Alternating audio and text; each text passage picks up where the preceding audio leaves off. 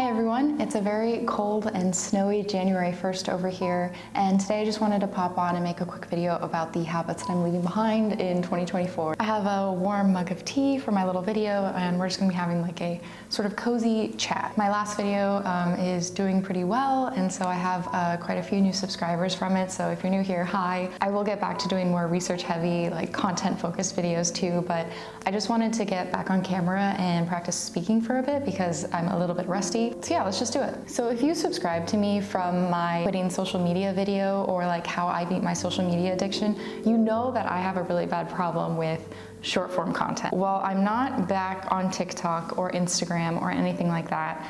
I have been letting Facebook Shorts back into my life, unfortunately. It all started innocently enough. I had to download Facebook again to sell stuff on like Facebook Marketplace when I was like moving into New York City. You know, that was an entire project. We were combining two households together, so our living room was just like packed full of stuff. Some of you may have seen that in my like moving to New York City video, but it was a lot of stuff and it was a lot of Facebook Marketplace. Because of that, I took the time limit off of my phone for Facebook only, just so I could like answer deals and go back and forth and post things without needing a password to get back on there. And I let myself get back into Facebook Shorts again, which is like the worst kind of content anyways. Like, it's not even particularly good. Everyone knows the good content is on TikTok or Instagram or YouTube Shorts, but something about just like having access to Shorts on my phone, I just found myself scrolling whenever I had a free moment. Even if the content wasn't particularly good or interesting or helpful in any way, I just found myself slipping back into craving short-term dopamine release that comes with, you know, Shorts. I realized that I was starting to watch them a lot again around November. That was when we were pretty settled into New York City, and I didn't need to be on Facebook anymore, but I found myself just like clicking on the app and like going forward and watching them again and again and again. So I don't know, through the holidays, I let myself just like watch some. The holidays can be challenging with family and all that. It can just be very chaotic. There's a lot of traveling, and going home and like being at the parents' house while working is so uniquely hard because you like want to be present with family, but also you can't just like be present with family all the time, so you want to do other things, but it's just such a distracting environment that I was like, whatever, I can just like self-soothe with some Facebook Shorts if that's what I need to do. But going forward, I'm gonna put the password back onto Facebook. I'm just gonna delete Facebook off of my phone and then, you know, keep my distance from it and hopefully get some more sanity. I did notice immediately that once I was back on Facebook Shorts, I stopped reading as much, because when I quit social media, I replaced my scrolling time with like the Kindle app, and then as soon as I had Facebook Shorts, short form content again, that just like went out the window. So hopefully going to, you know, get back into reading more. Definitely going to try and leave that one behind, and I have a plan to get it out of my life too. So the next one is I want to stop leaving text on read. That's a really, really bad habit of mine. Part of it is because I like fundamentally disagree with texting and texting culture. I don't like that they can just like reach me at any time and then it's like my responsibility to respond to them, or else they feel like I'm ignoring them. I really don't like that. But my resistance to it and just like not having a plan for actually answering text has led me to just sort of neglect answering my friends or my parents. You know, that's not ideal either. So I think my plan for this is that I'm just gonna set aside some time at the end of the day to answer text messages. So that way it doesn't, you know, lead to me answering texts that are 2 weeks old, but also that I'm having a designated time, so I'm not just like getting interrupted every single day.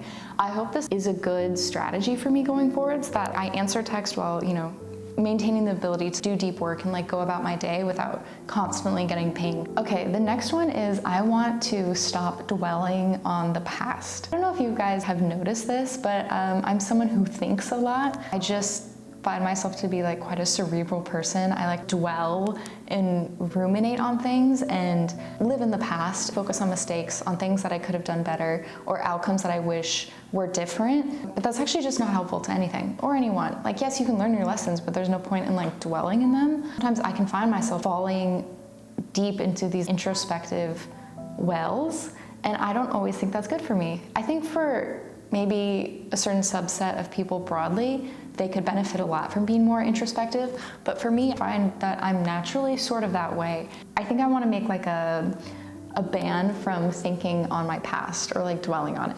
Like whatever happened in the past, that's fine, but there's no point in just thinking over mistakes again and again and relationships that could have been differently or things I wish I did differently. There's just like no point because it's done and it's gone, right? And I'm already good at like learning my lessons from things, and there's no point in just like lying in bed awake thinking, wow, I wish I did that differently because it's done. 2024, I started a new job, and while that's been great for a variety of different reasons, it's also been stressful, getting used to a new company and a new culture. And I've already started to develop a very bad habit of letting my work and sort of the work mindset, the stress, carry on into my evening all the way through bedtime. This isn't good for me. It also prevents me from sort of switching gears and being like a present partner, being a good friend and pleasant person to being around. It also really prevents me from working on my hobbies or like reading to like gain new ideas, because I'm just, anytime I sit down to do anything, my thoughts lit back to like all the other things I need to do, the things I didn't get done, the things that I think are gonna be blockers for my project, and yeah, just like dwelling on it. There it is again. You see, I'm a dweller. I think I'm gonna start doing meditation right after work to really help me switch my frame of mind. I've actually been doing yoga a couple times after work, not long sessions, like 10 or 15 minutes, but even just that has been like incredibly helpful in shifting my perspective and transitioning from work Amanda to the real life Amanda. So I wanna just like consciously carry that practice over and maybe even have it be like a non-negotiable for my day, because I really wanna leave that energy behind in 2024. Oh, okay. This next one is such a nasty habit, but I am like a nail and cuticle biter. I don't know, you can kind of see my nails.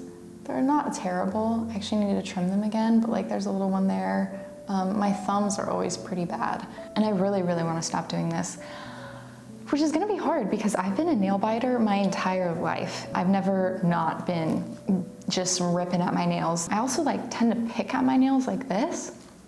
And I do it a lot when I'm really focused, which happens at work, also when I'm reading, researching videos. I tend to do it like under the desk, and I'm not actually conscious that I'm doing it. And then, oh God, this is so embarrassing, but then sometimes at work, I'll be doing that under the desk, and then I'll put my hand up to like point or something, or like grab my laptop, or hit a button on the conference room thing, and I will find that I'm actually bleeding because I was like picking at a hangnail so much.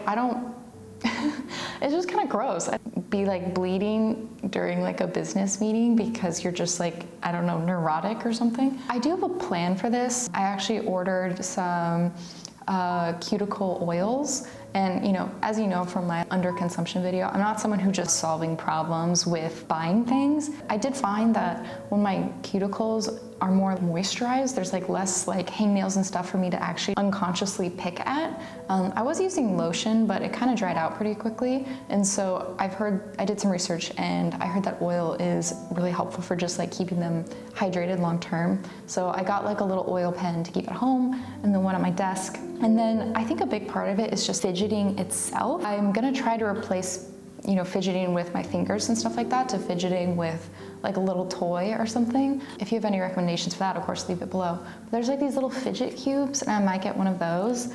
I do remember in high school, I tried to stop biting my fingernails and picking at my cuticles as well. And I actually replaced it with fidgeting with like my pen or a paper clip. And that worked really well, but the paper clip, I ended up like stabbing myself a couple times, which kind of defeats the purpose of trying to stop bleeding all the time. And with my pens, like I would pick at them so much that they would break. I don't know why I'm so violent when I'm like thinking about things, but yeah, I'm just like constantly like picking and shifting. I'm just sort of a fidgety person. And so I just really want to leave it behind. And again, it's not even like sanitary too, like biting and like, come on. It's time to be an adult. If like I figure out a way to actually stop this and leave this behind, I'll probably make a video about it, because if you're a nail biter or a cuticle picker, you know that it is so hard to quit. It's easier to quit social media because that at least you can take away, but my fingers are always on my hand. Wish me luck for this one. Another habit that I want to leave behind is letting YouTube and YouTube videos fall on the wayside when I get busy. I think part of that in 2024 was I set a goal that was way too ambitious, so then as soon as I started falling short of that goal, I just sort of like gave up. I want to try and make 12 research-heavy videos for next year. That feels like a more doable goal, 1 per month. That gives me a good cadence while I'm like working my full-time job of, you know, spending 2 weeks researching, filming, and then like editing it. It's like ready to go for you guys. Okay, my last habit that I'm trying to leave behind is not budgeting. I don't think I'll ever be the person who tracks down to the dollar my budget, but I do need to get a better grip on how I'm spending my money. I think I just want to have like a rule of thumb when it comes to budgeting. I'll keep all my rent, my expenses, my loan payment, my health insurance, all of that below, ideally. I want to say 50%, but I'm not quite sure if that's doable. Yeah, basically like below 50%, maybe that's 60%. Rent is expensive and so is food and everything like that. But keep all my necessary expenses below like a certain percentage, and then probably save 20% and then have 20% for spend. I think that's doable for me, and that way I don't have to track the dollar amount, but can just like get a broad view of how my savings are going around, how my savings are growing, what I'm spending money on, and that all my expenses are paid for. Yeah, I think that's roughly how I'm gonna budget, because I just know myself and I'm a little bit of a chaotic person.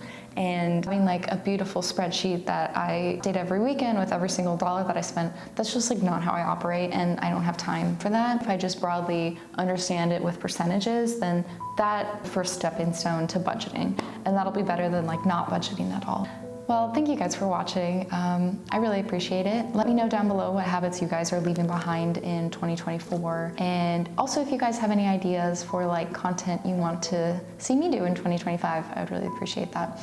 So anyways, have a lovely 2025. I hope you did something fun, and I will see you guys in the next video. Bye.